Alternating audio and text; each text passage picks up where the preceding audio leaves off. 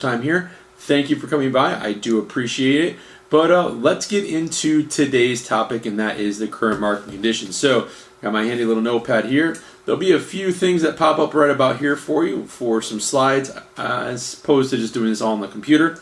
So, right now we're going to be talking about the whole of Connecticut. So, from the Mass border all the way down to the New York border. And pretty much we're going to be talking median sales price. So that's kind of not the high, not the low, but the median is right in the middle, just in case you didn't know. So the median sales price for the last month, because we are in October, and normally these videos are done earlier in the month. I am a little behind, but the median sales price is $240,000 in Connecticut. The average days on market is 55 days. Now that is the time from when you meet with a realtor to they put the sign in the ground to the time that it sells at closing. It's basically about 55 days right now. Now, in the last month, we've closed sales at about 3,500 closed sales. So there's, in the whole state, 3,500 sales that have closed. And currently, we have a supply of 5.5 months. So that means if anybody watching this video and they are thinking of putting their house on the market, if they didn't, in 5.5 months from now, we would have no homes left for sale in Connecticut.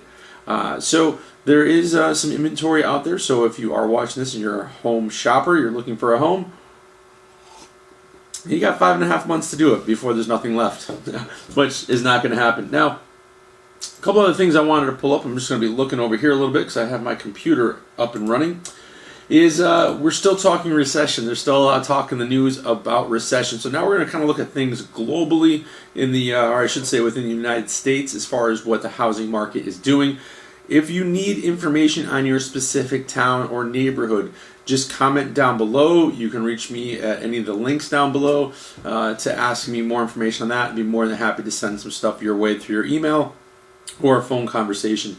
So right now it looks like everybody's thinking that there is going to be a recession. There's about a 42% chance that there's going to be a recession in 2020, 28.2% chance in 2021, and 16.7% after 2021. Now, what does that mean for us? Now, there's some other videos. I will try to find the links and put them down below for you that I've talked about this recession that is glooming that people are talking about.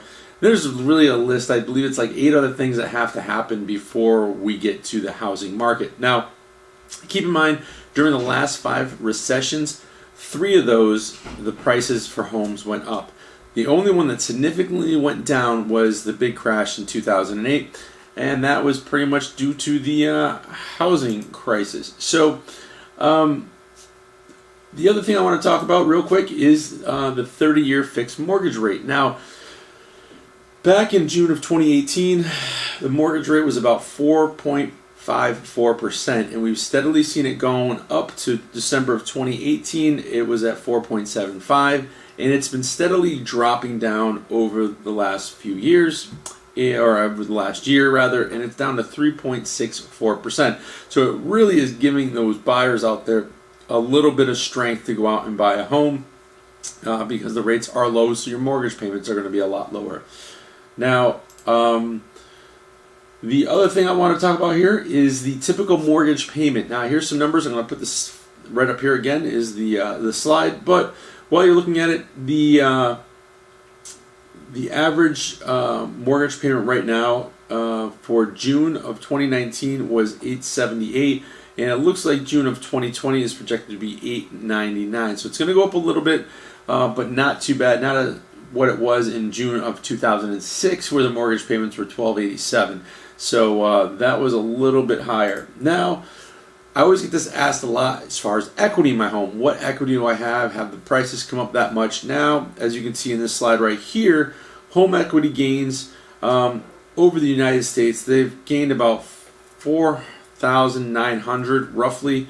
Unfortunately for us in Connecticut, Connecticut is in North Dakota are some of the states that have actually lost equity.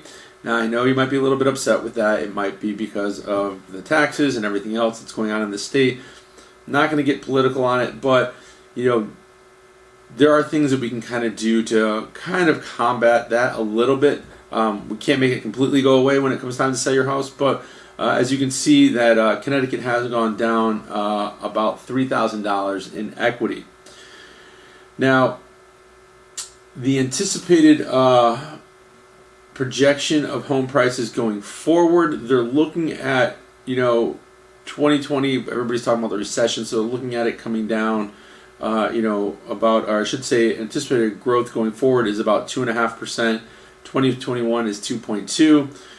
2022 is 2.7, and then in 2023 they're talking, this is projected out there a little bit, but they're saying, price appreciation of 3.4%. So it's steadily going to go. It might go down a little bit during the recession, but it's not going to bottom out or anything like in 2008.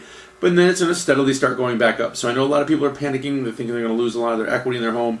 They're not. Things aren't going to bottom out and drop out like they did back in 2008. Now, the other thing I always wanted to talk about is the median asking rent since 2010. So this is the rent prices since 2010. You can see it up on your screen. And basically, in 2010, rent was about $698, and it's steadily gone up since then.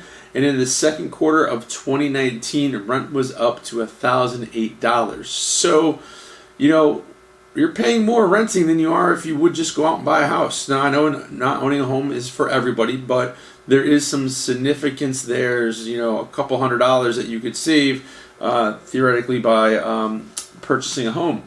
And some of the non-financial benefits of home ownership are this. 93% said owning a home made them happier. 88% of people that were surveyed said agreed that buying a home is the best decision they've ever made. And 79, I always forget to take my phone and put it on vibrate, but 79% believe owning a home has changed them for the better. And here's a statistic that I thought was quite interesting. 26% of millennials expressed an interest in buying a home in the next 12 months. So even though I know a lot of people think that because we're in New England right now and that the holiday seasons are coming, we got Halloween right around the corner, then it's Thanksgiving, Christmas, New Year. A lot of people think the homes being sold in that time frame slow down. They do a little bit, but here's a little insider tip. A lot of people that have their home on the market right now pull them off come November, and they take them off until the beginning of the year. So that means you still have these 26% of millennials that are looking to buy in the next 12 months. They're going to be looking through the holiday season.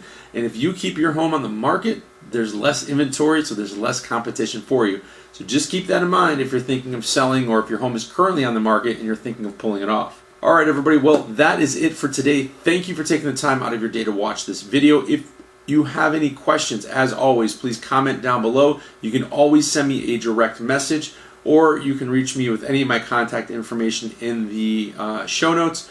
Also, if you would, please like, share, subscribe, and follow us on our other social media platforms.